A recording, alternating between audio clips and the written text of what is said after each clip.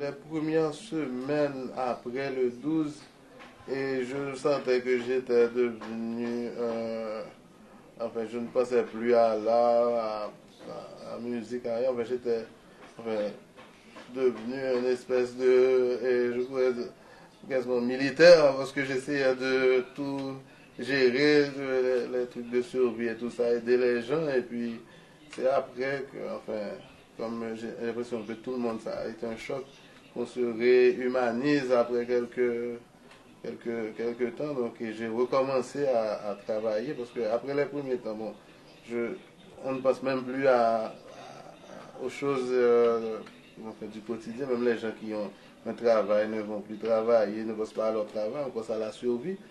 Et puis quand le quotidien recommence, bon, on se remet à faire les choses. Et c'est sûr qu'il y a une différence dans mon approche de travail.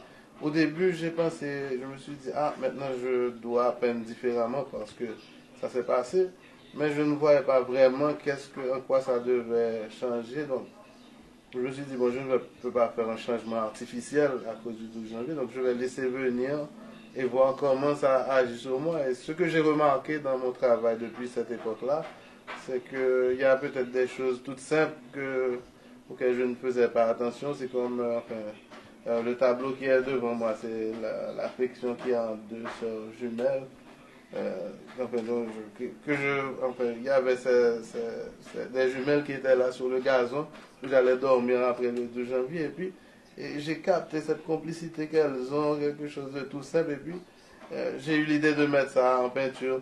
Donc peut-être qu'il y a des choses comme ça, euh, toutes simples qui se passent dans la vie, dans le quotidien, auxquelles je ne prêtais pas attention.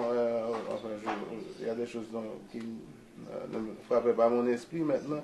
Euh, Toutes sortes de petites choses et de là, parce que je me rends compte que c'est pas, il y a rien qui est éternel, donc il faut profiter de tout ce qu'on voit, tout ce qu'on fait. Et je me dis peut-être que c'est dans ça que ça va changer mon travail, de peut-être aller vers ce que je sens, ne pas vouloir faire quelque chose en fonction de quelque chose, mais de saisir le moment présent et de faire ce qui me vient tout de suite à l'esprit.